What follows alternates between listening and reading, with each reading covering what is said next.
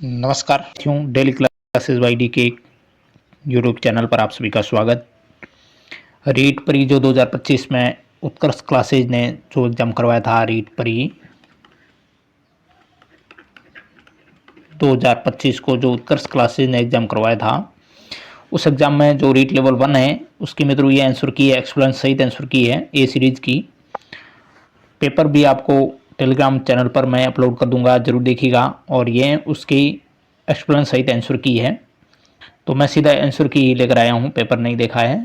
Answer की हम देखेंगे, बढ़िया रहेगा क्योंकि आपको कुछ एक्स्ट्रा जानकारी मिलेगी। एक्सप्लेन हम देखेंगे तो एक्स्ट्रा जानकारी मिलेगी और इससे रिलेटेड सवाल आपको देखने को मिलेंगे एग्जाम में। तो बेहतरीन ये उत्कर्ष क्लासेस द्वारा आयोजित पेपर था रीट परी का। चलिए खंड 1 सेक्शन 1 जो सीडीपी के क्वेश्चन है वो देखते हैं। जो कॉमन पार्ट है सीडीपी और लैंग्वेज वो जरूर लेवल 2 वाले भी देखें, और सब्जेक्ट है वो रीट लेवल 1 वालों के लिए। चलिए शुरुआत करते हैं पहले क्वेश्चन के साथ। इस समय मित्रों ज़्यादा दिन अब बचे हैं नहीं एग्जाम के लिए, तो आप ज़्यादा से ज़्यादा मॉडल पेपर निकालिए। तो उसी के लिए हम कोचिंगों के मॉडल सीरीज देखेंगे। पहला सवाल मित्रों पूछा था कि निम्न में से कौन सा अभिवृद्धि और विकास के संबंध में सही कथन नहीं है। सही कथन नहीं है उसकी पहचान करनी है। अभिवृद्धि को देखा जा सकता है और उसका मापन संभव है, जबकि विकास में परिवर्तन को अनुभव और आंशिक रूप से मापन यानी शारीरिक किया जा सकता है। तो ये तो कथन सही दिख रहा है। ऑप्शन बी है कि अभिवृद्धि एक निश्चित समय तक चलने वाली प्रक्रिया है, जबकि विकास वो आजीवन चलने वाली प्रक्रिया है। ये भी सत्य कथन है। अभिवृद्धि का प्रारंभ विकास से पहले शुरू हो जाता है और विकास सामान्य से विशिष्ट की ओर होता है। तो ऑप्शन सी है वो सही नहीं दिख रहा है। एक्सप्लेन देख लेते हैं इसका किस प्रकार ऑप्शन सी सही नहीं है। ऑप्शन सी इसका करेक्ट आंसर है। ऑप्शन सी में है कि अभिवृद्धि का प्रारंभ विकास से पहले शुरू हो जाता है। ये कथन सत्य नहीं है विकास और अभिवृद्धि के बारे में। अब एक्सप्लेन देख लेते हैं, बेहतरीन एक्सप्लेन होगा। अभिवृद्धि का अर्थ क्या है? अभिवृद्धि का अर्थ शरीर और उसके अवयवों में वृद्धि से है, जबकि विकास है उसका संबंध शारीरिक के साथ साथ मित्रों मानसिक परिवर्तनों से भी होता है। यानी विकास के जो भी पहलू है, शारीरिक, मानसिक, संवेगात्मक, सभी पहलुओं को देखा जा सकता है। अभिवृद्धि में जो परिवर्तन होता है वह प्राकृतिक स्थिति का द्योतक है, जबकि विकास में जो परिवर्तन होता है वह निश्चित दशा को बताता है। तो यह अभिवृद्धि और विकास के अंतर है मित्रों, बेहतरीन अंतर है। इससे जुड़ा हुआ सवाल और मिलेंगे आपको। अभिवृद्धि में संरचनात्मक परिवर्तन होते हैं, जबकि विकास में प्रकार्यात्मक परिवर्तनों का बोध होता है। अभिवृद्धि को देखा जा सकता है और उसका मापन संभव है, जबकि विकास में परिवर्तन को अनुभव और आंशिक रूप से मापन जैसे कि शारीरिक है वो किया जा सकता है। अभिवृद्धि एक निश्चित समय तक चलने वाली प्रक्रिया है, जबकि विकास आजीवन चलने वाली प्रक्रिया है। अभिवृद्धि का अर्थ है वो मित्रों सीमित है और विकास का ही एक चरण है, जबकि विकास एक व्यापक संप्रति है। विकास में ही अभिवृद्धि निहित रहती है। तो पहला बेहतरीन क्वेश्चन, वेरी वेरी इंपॉर्टेंट एक क्वेश्चन है। अभिवृद्धि और विकास के बारे में आपको समझ काफ़ी हो चुकी है। नेक्स्ट सेकंड क्वेश्चन है, सॉरी अभी और भी है एक्सप्लेन अभिवृद्धि और विकास के बारे में, वो भी देख लेते हैं। रीट परी का एग्ज़ाम जो 9 फरवरी को रीट उत्कर्ष ने रीट परी का ये एग्जाम करवाया था। तो लेवल 1 का हम पेपर देख रहे हैं। अभिवृद्धि में मात्रात्मक और परिमाणात्मक परिवर्तन होते हैं, जबकि विकास में गुणात्मक परिवर्तनों को भी शामिल किया जा सकता है। विकास का प्रारंभ अभिवृद्धि से पहले शुरू हो जाता है, अभिवृद्धि बाद में, पहले विकास का प्रारंभ हो जाता है, क्योंकि अभिवृद्धि विकास में ही शामिल है। अभिवृद्धि का संबंध केवल रचनात्मक परिवर्तनों से है, जबकि विकास में विनाशात्मक परिवर्तन भी देखे जा सकते हैं। विकास सामान्य से विशिष्ट की ओर होता है। तो ये सारी विशेषताएं अभिवृद्धि और विकास के बारे में अंतर है। नेक्स्ट सेकंड क्वेश्चन में तो था कि जो स्कीमा है वो स्कीमा अवधारणा किसकी देन है। बेहतरीन क्वेश्चन। स्कीमा शब्द है वो जीन पियाजे की देन है। स्कीमा होती क्या है, एक्सप्लेन देख लेते हैं। जीन पियाजे ने संज्ञानात्मक संरचना को उल्लिखित करने के लिए स्कीमा शब्द का इस्तेमाल किया है। और पियाजे का स्कीमा से तात्पर्य एक ऐसी मानसिक संरचना से होता है जिसका सामान्यीकरण किया जा सके, नॉर्मलाइजेशन हो सके। स्कीमा है क्या? किसी वस्तु या व्यक्ति के प्रति जो व्यवहार का तरीका या ढंग है वो स्कीमा कहलाता है। ये आपको ध्यान रखना इस स्कीमा की परिभाषा। अगला सवाल था कि सिद्धांत है और उनके प्रतिपादक हैं। क्रिया प्रसूत अनुबंधन है, परबलन सिद्धांत है, चिन्ह अधिगम सिद्धांत है, क्लासिकल अनुबंधन सिद्धांत है। इनके प्रतिपादकों ने मिलान करना था। क्रिया प्रसूत जो अनुबंधन है वो B.F. स्किनर का है। परबलन सिद्धांत है वो है C.L. हल, क्लार्क हल का। और चिन्ह अधिगम सिद्धांत है वो टोलमैन का है। प्रतिरूप सिद्धांत भी इसको कहा जाता है, संकेत अधिगम भी कहा जाता है। और जो क्लासिकल अनुबंधन है वो I.P. पावलोव का है। बेहतरीन क्वेश्चन। तो इसका सही है वो है ऑप्शन बी। ऑप्शन बी सही है और मैंने मिलान भी सही किया है। थर्ड, बी में फर्स्ट, सी में फोर्थ और डी में सेकंड। तो सही मिलान किया है। देखो इंग्लिश में भी देख लेते हैं। ऑपरेंट कंडीशनिंग यानी क्रिया प्रसूत वो B.F. स्किनर का है। रेनफोर्समेंट क्लार्क हल का है। Sign learning theory Edward Tolman की है। और क्लासिकल कंडीशनिंग I.P. पावलोव की है। अब व्याख्या देख लेते हैं। अधिगम के क्रिया प्रसूत अनुबंधन सिद्धांत B.F. स्किनर का है। प्रबलन सिद्धांत C.L. हल का है। क्लासिकल अनुबंधन सिद्धांत I.P. पावलोव का है। और चिन्ह अधिगम सिद्धांत एडवर्ड टोलमैन का है। बेहतरीन क्वेश्चनों के साथ मित्रों इसी प्रकार आपको एग्जाम में सवाल देखने को मिलेंगे। बहुत अच्छा पेपर बनाया उत्कर्ष क्लासेज ने। कौन से कथन सही है? सही कथन की पहचान करनी है। कथन पहला है कि परबलक ऐसा कोई भी एक उद्दीपक या घटना है जो किसी वांछित अनुक्रिया की घटित होने की संभावना या प्रायिकता को बढ़ाता है। ऋणात्मक प्रबलन दंड नहीं है।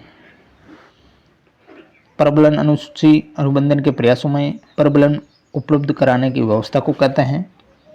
और कथन 4 है कि यदि नैमित्तिक अनुबंधन आंशिक प्रबलन अनुसूची द्वारा कराया जाए तो सीखी गई अनुक्रिया बहुत दिनों तक बनी रहती है और इसका विलोप कठिन हो जाता है। तो सही कथन कौन कौन से हैं वो देखना है। तो इसमें सही कथन है 1, 2, 3, 4 ये सारे हैं वो कथन है वो सही है।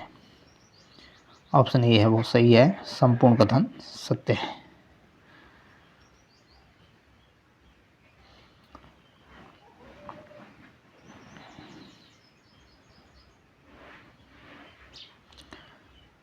सारे कथन कौन से कथन सही है? तो सारे कथन है वो सही है। अब एक्सप्लेन देख लेते हैं।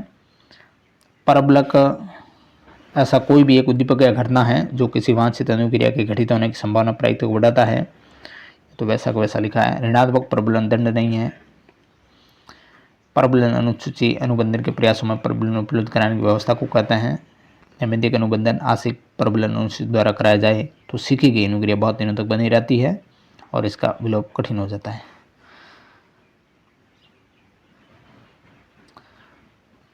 अगला 5वां क्वेश्चन है वो पूछ रहा है कि वह मनोवैज्ञानिक जिन्होंने सर्वप्रथम व्यक्तिगत भिन्नताओं की भूमिका पर बल दिया। गाल्टन ने, गिलफोर्ड ने, गेरिट ने या स्पीयरमैन ने। व्यक्तिगत भिन्नताओं की भूमिका पर बल देने वाले सर्वप्रथम मनोवैज्ञानिक कौन थे? बहुत अच्छा क्वेश्चन है। तो वो थे गाल्टन। ऑप्शन ए करेक्ट होगा। गाल्टन व्यक्तिगत भिन्नता इंडिविजुअल डिफरेंस सर्वप्रथम भूमिका पर बल देने वाले थे। एक्सप्लेन देख लेते हैं। विविधता उसको व्यक्ति की भिन्नता के अर्थ में बेहतर समझा जा सकता है। व्यक्ति की विभिन्नता है वो एक स्वाभाविक गुण है। व्यक्ति रंग, रूप, संरचना, व्यवहार, बौद्धिक क्षमता इनके आधार पर एक दूसरे से भिन्न हो सकते हैं। इन भिन्नताओं को ही व्यक्ति की विभिन्नता है वो कहा गया है। टॉयलर ने व्यक्ति की विभिन्नता को सार्वभौमिक घटना माना है। टॉयलर ने व्यक्ति की विभिन्नता है वो सार्वभौमिक घटना यानी सभी में होती हैं। मनोविज्ञान ने व्यक्ति के विभिन्नता के महत्व को स्वीकार करते हुए शिक्षा को बाल केंद्रित बनाकर व्यक्ति के विभिन्नता के आधार पर शिक्षण को आवश्यक कर दिया है। सर्वप्रथम गाल्टन ने व्यक्ति विभिन्नता की तरफ ध्यान दिया था। सर्वप्रथम गाल्टन ने व्यक्ति विभिन्नता की तरफ ध्यान दिया था। तो बहुत अच्छा सवाल है ये। अगला क्वेश्चन है, अगला सवाल है कि अधिगम में वृद्धि करना ही शिक्षण है, यह परिभाषा किस मनोवैज्ञानिक ने प्रस्तुत की है। अधिगम में वृद्धि करना है यानी सीखने में ग्रोथ करना ही शिक्षण है। तो ये परिभाषा है, देने वाले कौन है, ये परिभाषा है मित्रों जेम्स एम थाइन की। सी करेक्ट है, जेम्स एम थाइन की परिभाषा है। क्लार्क के अनुसार शिक्षण की क्या परिभाषा है कि शिक्षण वह प्रक्रिया है जो छात्र के व्यवहार में परिवर्तन लाने के लिए नियोजित पूर्ण तरीके से संचालित की जाती है। यह क्लार्क का कथन है। बियो स्मिथ ने कहा था कि शिक्षण क्रियाओं की एक विधि है जो सीखने की उत्सुकता जागृत करती है। जेम्स एम थाइन का है कथन है कि अधिगम में वृद्धि करना ही शिक्षण है। और टी.एम. रिस्क ने कहा था कि शिक्षण को बालकों को सिखाए जाने वाले निर्देशों के रूप में परिभाषित किया है। तो ये सारे कथन देखे शिक्षण के बारे में। 7वां सवाल, ये बेहतरीन क्वेश्चन है। अब्राहम मैस्लो है। अब्राहम मैस्लो ने व्यक्ति की मूल आवश्यकताओं के अनुक्रम में प्रथम क्रम में कौन सी आवश्यकता को रखा है। प्रथम क्रम में 5 आवश्यकताएं दी, तो उसमें प्रथम अवस्था है सुरक्षा संबंधी आवश्यकता, स्नेह और संबंधन की आवश्यकता, दही की आवश्यकता या सम्मान की आवश्यकता। तो सर्वप्रथम होगी वो होगी दही की आवश्यकता यानी शारीरिक की आवश्यकताएं। अब शारीरिक आवश्यकताएं, इसका ऑप्शन सी करेक्ट है। एक्सप्लेन देख लेते हैं थोड़ा।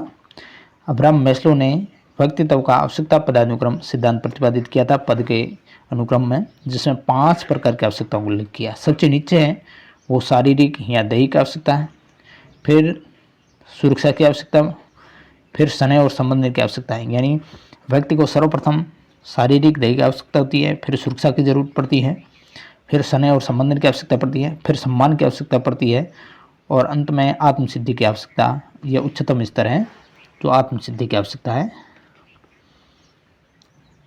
8वां सवाल है, बुद्धि के जो बहुबुद्धि यानी मल्टीपल इंटेलिजेंस सिद्धांत के प्रवर्तक कौन है। वो है जे गार्डनर। ऑप्शन बी आएगा।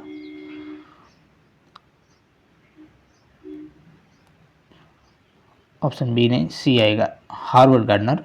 अलग है ये J Gardner. Option C Harvard Gardner आएगा। Option C. बुद्धि के सिद्धांत, बहुबुद्धि सिद्धांत हार्वर्ड गार्डनर का है, बहुकारक सिद्धांत थॉर्नडाइक का है, और त्रिआयामी बुद्धि सिद्धांत है वो गिलफोर्ड का है। अगला सवाल 9वां सवाल है कि अंतर्मुखी बालक है उसकी विशेषताएं हैं कौन कौन सी हैं। वह कक्षा में सभी से मेल जोल रखता है, वह पाठ्यक्रम सहगामी क्रियाओं में निरंतर भाग लेता है, और वह एकांत में रहकर कम बातचीत करने वाला होता है। अंतर्मुखी बालक की विशेषताएं इनमें से कौन कौन सी है। कक्षा में सभी से मेल जोल नहीं रखता है, ये विशेषता नहीं है। वह पाठ्यक्रम सहगामी क्रियाओं में निरंतर भाग लेता है, ये भी नहीं है। वह एकांत में रहकर कम बातचीत करने वाला होता है। ऑप्शन सी है वो दिख रहा है, एकांत में रहकर बातचीत करने वाला होता है, यही केवल विशेषता है। कार्ल यूंग है, उन्होंने मनोवैज्ञानिक गुणों के आधार पर व्यक्तित्व के 2 प्रकार बताए थे। कार्ल यूंग ने मनोवैज्ञानिक गुणों के आधार पर 2 प्रकार बताए। एक तो अंतर्मुखी व्यक्तित्व और दूसरा बहिर्मुखी व्यक्तित्व। यह कार्ल यूंग के द्वारा मनोवैज्ञानिक गुणों के आधार पर व्यक्तित्व का वर्गीकरण है। अंतर्मुखी व्यक्तित्व कैसा होता है, रूढ़िवादी होता है, परंपरागत विचारों वाला। मिलना जुलना उसको कम पसंद होता है, अकेलापन महसूस करता है, अकेले रहता है, आत्मकेंद्रित रहता है, कम बातचीत करने वाला, सीमित दोस्ती होती है, पुराने रीति रिवाज और नियमों को आदर देने वाला होता है। बहिर्मुखी व्यक्तित्व कैसा होता है, मिलना जुलना पसंद, खुश मिजाज, आशावादी, यथार्थवादी, खाने पीने का शौकीन। यानी अंतर्मुखी व्यक्तित्व का उल्टा है वो बहिर्मुखी व्यक्तित्व है। 10वां सवाल है, अनुभव करने से पहले सोचो, इस कथन का संबंध किससे होगा। समायोजन से, बुद्धि से, चिंतन से या अधिगम से। बेहतरीन क्वेश्चन है। थिंकिंग, चिंतन से, इसका संबंध होगा चिंतन से। ऑप्शन सी इसका करेक्ट है। अनुभव करने से पहले सोचो, यह कथन चिंतन की प्रक्रिया से संबंधित है। इसका अर्थ है कि किसी कार्य या अनुभव को करने से पहले हमें सोच समझ कर निर्णय लेना चाहिए ताकि हम सही दिशा में कदम बढ़ा सकें। यह चिंतन और निर्णय लेने की क्षमता को दर्शाता है। अगला 11वां क्वेश्चन है, किस प्रकार पूछा गया कि एक भाषा अध्यापक कक्षा में कविता का विवरण समझाकर कविता पढ़ा रहा है और छात्रों को स्पष्टीकरण से निष्कर्ष निकालने के लिए कह रहा है। तो यह किसका उदाहरण है। अवधारणा मानचित्रण का, परिकल्पना परीक्षण, निगमनात्मक तर्कना या आगमनात्मक तर्कना। बेहतरीन क्वेश्चन है, वेरी वेरी इंपॉर्टेंट। कविता का विवरण पहले समझाकर कविता पढ़ा रहा और छात्रों को फिर स्पष्टीकरण से निष्कर्ष निकालने के लिए कह रहा है। तो यह है आगमनात्मक तर्कना का उदाहरण, ऑप्शन डी इसका करेक्ट माना जाएगा। आगमनात्मक तर्कना, इसको आगमनात्मक तर्कना वैसी तर्कना को कहा जाता है जिसमें व्यक्ति दिए गए तथ्यों में अपनी ओर से नया तथ्य जोड़कर एक निश्चित निष्कर्ष पर पहुंचता है। यानी कि वही आगमन विधि उदाहरण से नियम की ओर, बस यही सेम है।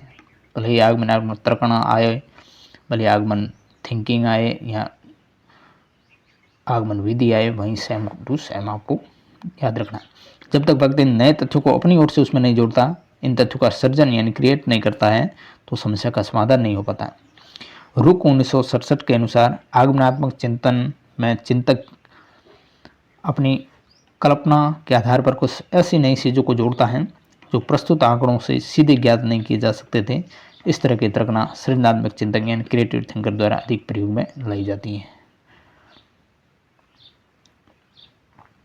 12वां क्वेश्चन था, यदि कुछ प्रयासों में पुनर्बलन दिया जाए और कुछ में नहीं, तो CR यानी कंडीशनल रेस्पॉन्स का विलोप कठिन हो जाता है। इस अवस्था को क्या कहते हैं? हम्फ्री विरोधाभास, विभेदित दंड अनुबंधन, स्पेंस का सिद्धांत या अवरोध का सिद्धांत। इसका ऑप्शन ए आएगा, इसको कहेंगे हम्फ्री विरोधाभास, ऑप्शन ए। यदि कुछ प्रयासों में पुनर्बलन दिया जाए और कुछ में नहीं, तो CR है उसका विलोप कठिन हो जाता है। इस अवस्था को हम्फ्री विरोधाभास कहते हैं। यह सिद्धांत इस बात को बताता है कि जब पुनर्बलन कुछ प्रयासों दिया जाता है, कुछ प्रयासों में और कुछ में नहीं, तो प्राणी किसी घटना का पूरी तरह से अनुकूलन नहीं कर पाता है, क्योंकि इस असमर्थता या विरोधाभास के कारण से सुसंगत प्रतिक्रिया उत्पन्न करने में कठिनाई होती है। अगला सवाल 13वां क्वेश्चन है, अदृश्य अनसीन मानवीय विशेषताओं को रखा जाता है किसमें? जेनोटाइप में रखा जाता है, ऑप्शन बी इसका करेक्ट होगा। जेनोटाइप में अदृश्य मानवीय विशेषताएं रखी जाती है जो कि एक जीव के आनुवंशिक संयोजन जेनेटिक कंपोजिशन का परिणाम होती है। ये विशेषताएं प्रकट नहीं होती, लेकिन वह एक जीव के गुणसूत्रों में छिपी होती है। फेनोटाइप है में उन गुणों का वर्णन किया जाता है जो दृश्य या प्रकट होते हैं। तो जेनोटाइप में तो गुणसूत्र छिपे होते हैं, फेनोटाइप में प्रकट या दिखाई देते हैं। अगला सवाल है, सुमेलित करना है सूचीवन को सूची सेकंड से। सतत पुनर्बलन, आंशिक पुनर्बलन, अनुपात पुनर्बलन, ये क्या होते हैं? सतत पुनर्बलन, इसमें प्रत्येक अनुक्रिया के बाद पुनर्बलन दिया जाता है, यानी लगातार जारी रहता है। यहाँ आंशिक पुनर्बलन है, कभी तो सही अनुक्रिया के बाद पुनर्बलन दिया जाता है और कभी नहीं दिया जाता है, आंशिक पुनर्बलन होगा। अनुपात पुनर्बलन प्राणी द्वारा की गई अनुक्रियाओं की संख्या द्वारा निश्चित होता है और निश्चित पुनः उस समय दिया जाता है जब अनुपात एक निश्चित संख्या में पुनर्बलन प्राप्त प्राणी द्वारा अनुक्रिया कर दी जाती है। इसका सही होगा वो होगा ऑप्शन सी 2, 1, 3, 4, मैंने सही बताया है।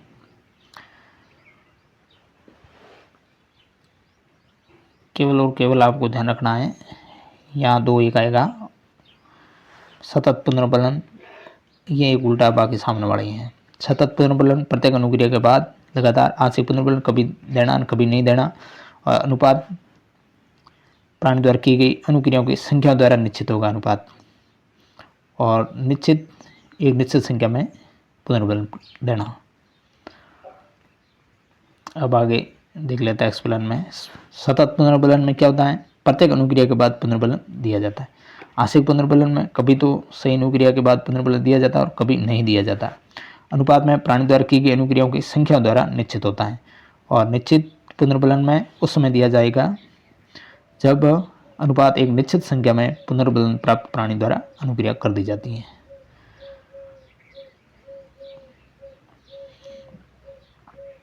अगला क्वेश्चन है क्वेश्चन नंबर 15। सूचीवन को सूची सेकंड से सुमेलित करना है। विकासात्मक पाठ, मेसोमॉर्फिक गठन, प्रॉक्सिमल डिस्टल विकास और मस्तिष्कोन्मुखी विकास ये क्या होते हैं वो आपको ध्यान में रखना है। विकासात्मक पाठ तो सामाजिक उम्मीदें होगी। मेसोमॉर्फिक जो शारीरिक बनावट के आधार पर व्यक्तित्व का वर्गीकरण वो हट्टा कटाव शारीरिक गठन वाला होगा। और प्रॉक्सिमल डिस्टल विकास का सिद्धांत है, इसमें केंद्र से परिधि की ओर विकास होता है। और मस्तिष्कोन्मुखी विकास में विकास है वो सिर से पैर की दिशा में होता है। तो 1 2 3 4 सामने वाला ही सही होंगे।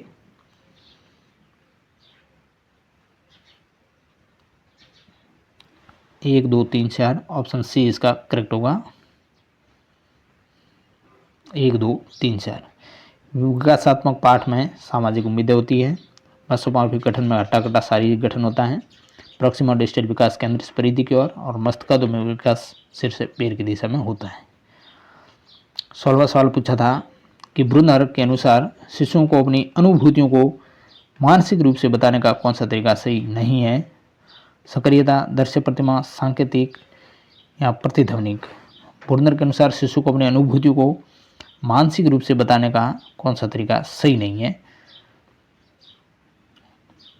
तो वो तरीका है ऑप्शन डी में प्रतिध्वनिक है, वो नहीं होता। सक्रियता, दृश्य प्रतिमा, सांकेतिक होता है। ब्रूनर के अनुसार शिशुओं को अपनी अनुभूतियों को मानसिक रूप से बताने का तरीका सक्रियता है, दृश्य प्रतिमा और सांकेतिक है। अगला 17वां क्वेश्चन है, वाइगोत्स्की के संज्ञानात्मक विकास सिद्धांत के अनुसार वास्तविक विकास के स्तर और संभाव्य विकास के स्तर के बीच के अंतर को क्या कहा जाता है। बहुत ही अच्छा ये क्वेश्चन। उसको समीपस्थ विकास का स्तर कहेंगे, यानी ZPD की अवधारणा ये इनकी है, वाइगोत्स्की की है। वास्तविक विकास का स्तर और संभाव्य विकास के स्तर के बीच का अंतर है वो ZPD कहलाएगा, यानी समीपस्थ विकास का स्तर कहलाएगा। Zone of proximal distal development, समीपस्थ विकास का स्तर यानी ZPD, zone of proximal distal development. इसकी अवधारणा वाइगोत्स्की द्वारा दी गई। वाइगोत्स्की के अनुसार वास्तविक विकास स्तर यानी जहां बच्चा बिना किसी मदद के ही अपना कोई कार्य कर सके वो तो वास्तविक विकास स्तर होगा, तथा उसके संभाव्य विकास का स्तर यानी वह स्तर जिसे वह सार्थक और महत्वपूर्ण व्यक्तियों की सहायता से प्राप्त करने में सक्षम है। तो इन दोनों स्तरों के बीच के स्तर को वाइगोत्स्की ने समीपस्थ विकास का स्तर कहा है। समीपस्थ विकास के स्तर से तात्पर्य बच्चे के लिए ऐसे कठिन कार्यों की सीमा से होता है जिसे वह अकेले नहीं कर सकता है, लेकिन अन्य वयस्कों और कुशल सहयोगियों की सहायता से करना संभव है। तो ये ZPD का विधान आपको ध्यान रखना है। बेहतरीन सवाल था ये। अगला 18वां सवाल है, शिक्षा का अधिकार अधिनियम 2009 की कौन सी धारा अध्यापकों की भूमिका और दायित्व को तय करती है। अध्यापकों की भूमिका और दायित्व धारा 23 है, 34 है, 24 है या 25 है। बेहतरीन क्वेश्चन ये, तो वो है धारा 24, सेक्शन 24। RT अधिनियम 2009 की धारा 23 में क्या है आपको ध्यान रखना है। धारा 23 तो शिक्षकों की नियुक्ति के लिए अर्हताएं और सेवा के निबंधन और शर्तें धारा 23 में। धारा 24 में अध्यापकों की भूमिका और दायित्व है। धारा 25 में छात्र शिक्षक अनुपात है, यानी RT अधिनियम में छात्र शिक्षक अनुपात 30:1 रखा गया है, ये आपको ध्यान रखना। और धारा 34 है वो राज्य सलाहकार परिषद के गठन का उल्लेख करती है, राज्य सलाहकार परिषद के गठन। तो आपको धारा 25 ध्यान रखना, धारा 24, धारा 23 ये संपूर्ण आपको डिटेल ध्यान रखना है। बेहतरीन सवाल यहाँ से बढ़ेंगे।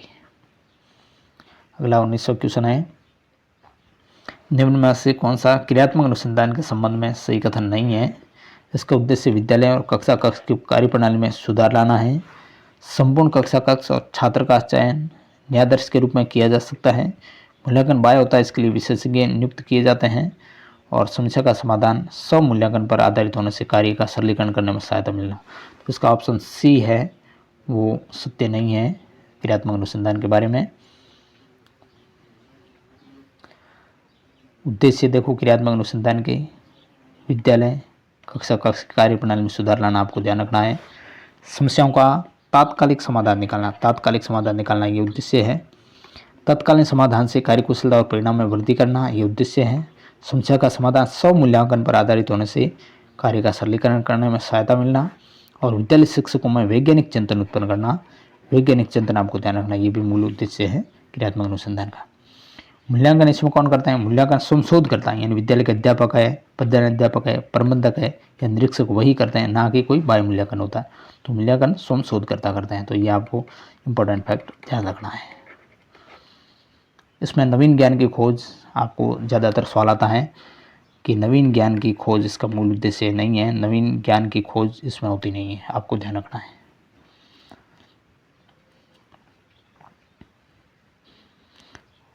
नया न्यादर्श आकार व चयन ये क्या है? इसमें आकार छोटा होता है, विद्यालय के छात्र कक्षा आदि न्यादर्श होते हैं। संपूर्ण कक्षा और छात्र का चयन न्यादर्श के रूप में किया जा सकता है। न्यादर्श यानी आकार छोटा होना और विद्यालय तक ही सीमित। मौलिक अनुसंधान इसमें मूल्यांकन बाह्य होता है और इसके लिए विशेषज्ञ नियुक्त किए जाते हैं, ना कि क्रियात्मक अनुसंधान में। ये मौलिक अनुसंधान की विशेषता है। आगे 20वां सवाल था, केंद्रीय माध्यमिक शिक्षा बोर्ड ने किस समिति के प्रतिवेदन पर सत्र 2009-10 से कक्षा 9 और 2010-11 से कक्षा 10 में सतत और व्यापक मूल्यांकन को शुरू किया गया है? किस समिति के प्रतिवेदन पर, ये आपको ध्यान रखना है। प्रोफेसर यशपाल समिति थी, गीता भुक्कल समिति थी, के कस्तूररंगन समिति, आचार्य राममूर्ति समिति। बेहतरीन सवाल। तो ऑप्शन इसका बी गीता भुक्कल कमेटी आपको ध्यान रखना है। उसकी समिति पर एक्सप्लेन देख लेते हैं। केंद्रीय माध्यमिक शिक्षा बोर्ड ने गीता भुक्कल समिति के प्रतिवेदन पर सत्र 2009-10 से कक्षा 9 और फिर 2010-11 से कक्षा 10 में सतत और व्यापक मूल्यांकन को शुरू किया था।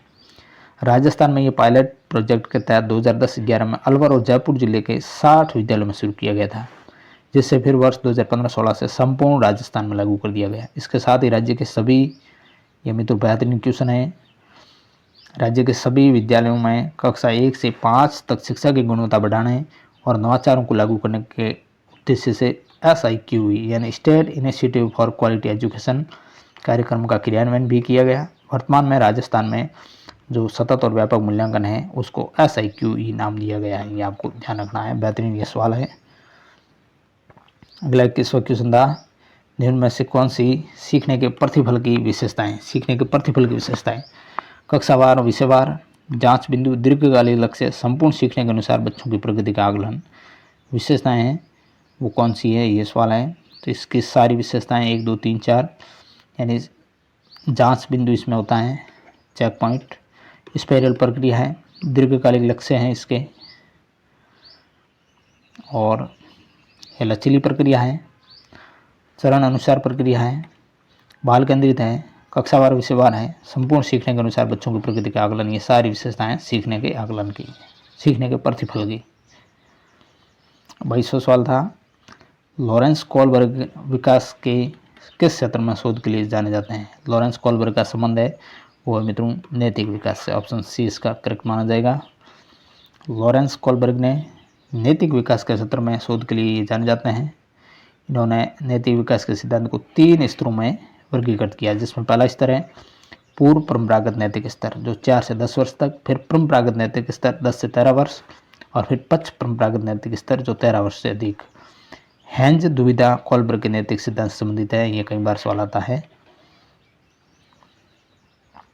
अब आपको इंग्लिश में ध्यान रखना है अवस्थाएं इनकी 3 स्तर में, pre conventional moral stage, conventional moral stage और पोस्ट कन्वेंशनल मॉरल स्टेज जो 13 वर्ष के बाद। तो ये ज़्यादातर ऐसे ही पूछे जाएंगे, इंग्लिश वाले वर्ड आपको ध्यान रखना है। 23वां सवाल है, नीचे 2 वक्तव्य है जिनमें से पहले को कथन ए और दूसरे को कारण कहा गया है। क्या कथन और क्या कारण है? कथन ए है कि प्राचीन अनुबंधन में UCS के उपस्थित होने का पूर्व संकेत बन जाता है। कारण है इसका कि CS और UCS के बीच कालगत और स्थानगत निरंतरता बनी रहती है। तो दोनों वक्तव्यों के संदर्भ में कौन से कथन सही है, ये आपको ध्यान रखना है। तो इसमें दोनों ही कथन और कारण है वो सही व्याख्या भी कर रहे हैं, यानी कि ए और आर दोनों सही है और आर ए का सही स्पष्टीकरण है। ऑप्शन ए इसका सही माना जाएगा। अगला सवाल है 24वां, कौन सी व्यवहार संबंधी विकृति नहीं है? व्यवहार संबंधी विकृति नहीं है, बिहेवियरल डिसेबिलिटी नहीं है, सोलहीनता यानी ऑटिज्म, अतिसक्रियता मनोविकृति ADHD और मस्तिष्क पक्षाघात, सेरिब्रल पाल्सी, डिसलेक्सिया, इसमें से व्यवहार संबंधी विकृति कौन सी नहीं है वो पहचान करना है। केवल 3, केवल 2, केवल 1 या केवल 4।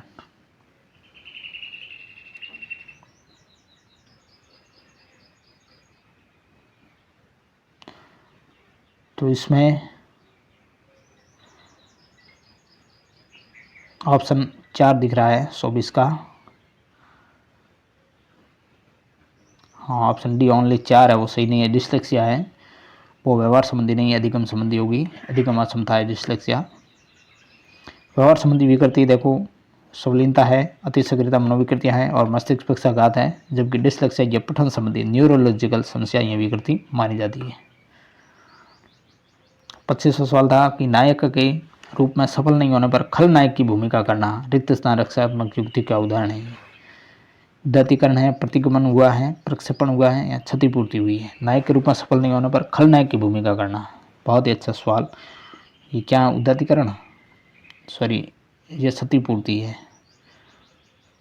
ऑप्शन डी आएगा, क्षतिपूर्ति है।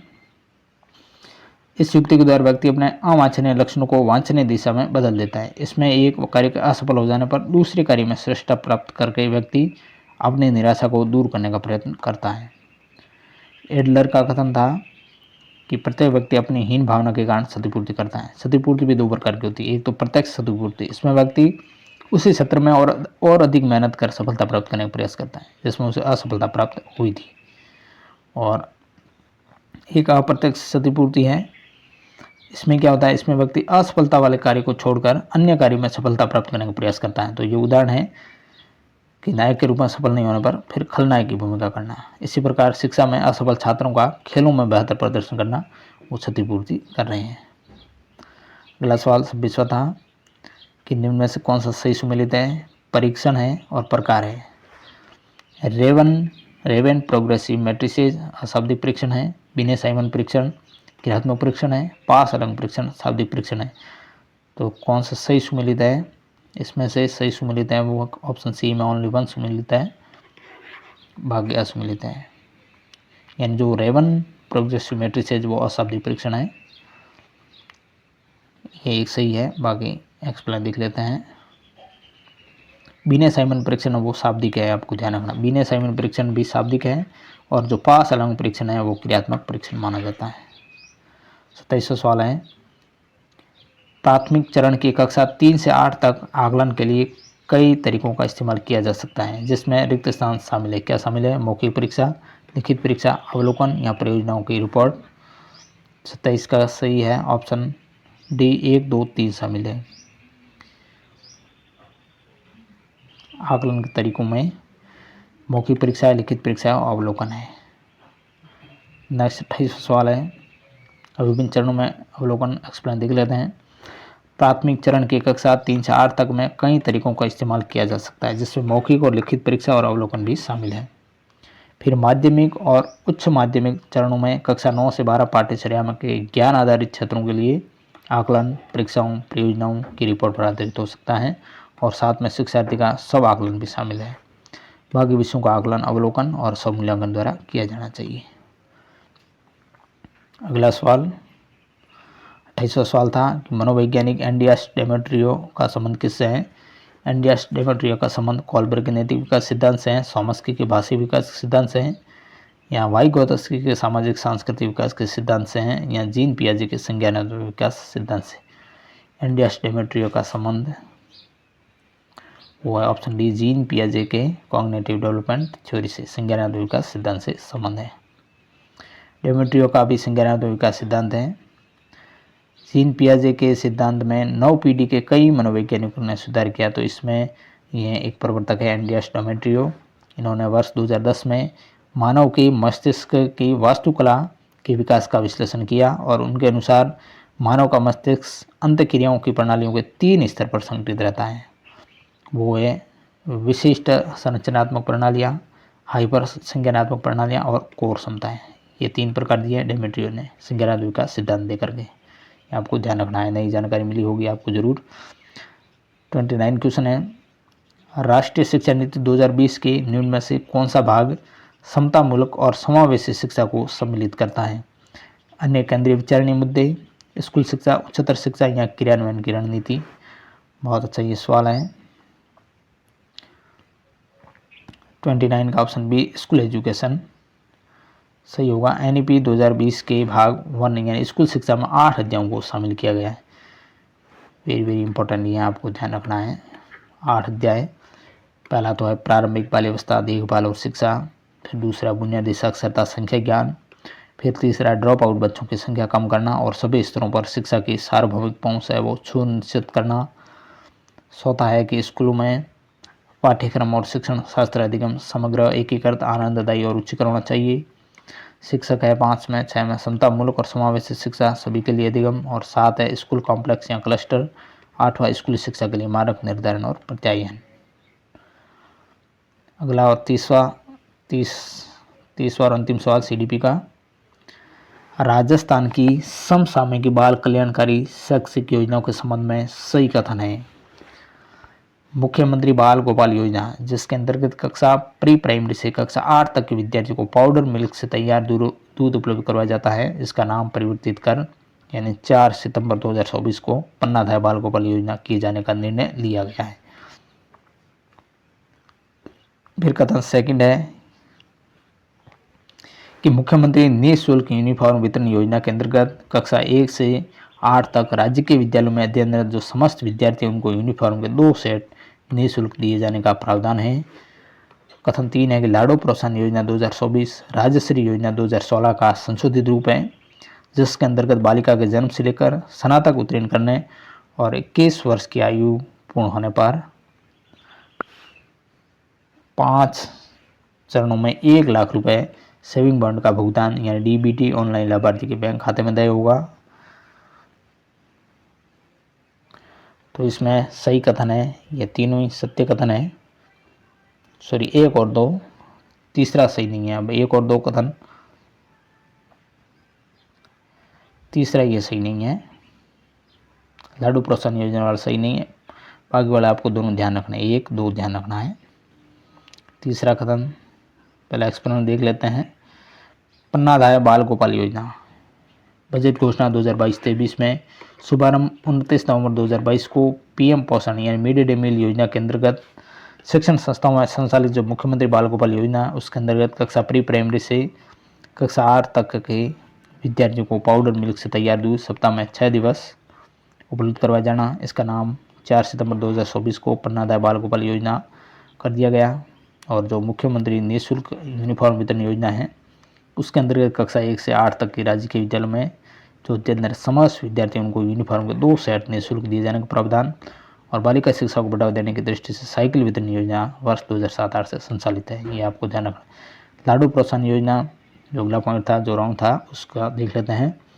लाडू प्रोत्साहन योजना 2024 इसको राजश्री योजना 2016 का संशोधित रूप माना जाता है, ये सही है। राजस्थान बजट 2024-25 में और इसका आरंभ हुआ था 1 अगस्त 2024 को।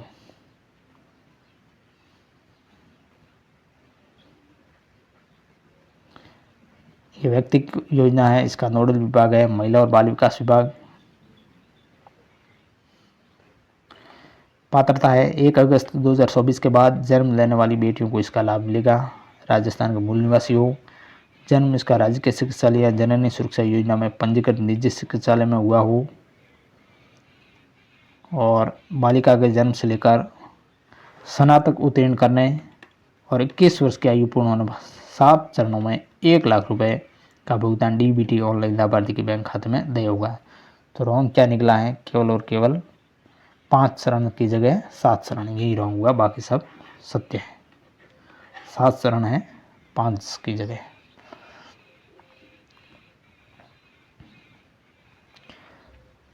नेक्स्ट आगे खंड सेकंड हिंदी के 30 क्वेश्चन होंगे, एक्सप्लेन सहित बेहतरीन क्वेश्चन होंगे। हम देखेंगे नेक्स्ट पार्ट 2 में। पार्ट 1 कैसा लगा मित्रों, सीडीपी के 30 क्वेश्चन लेवल 1 और लेवल 2 दोनों, इसको जरूर देखिएगा। एक्सप्लेन सहित काफ़ी जानकारी आपको एक्स्ट्रा भी मिली है, तो इस संपूर्ण पेपर को आप देखिएगा। Thank you very much. इसका सेकंड पार्ट मैं अपलोड कर दूंगा, वो भी जरूर देखिएगा।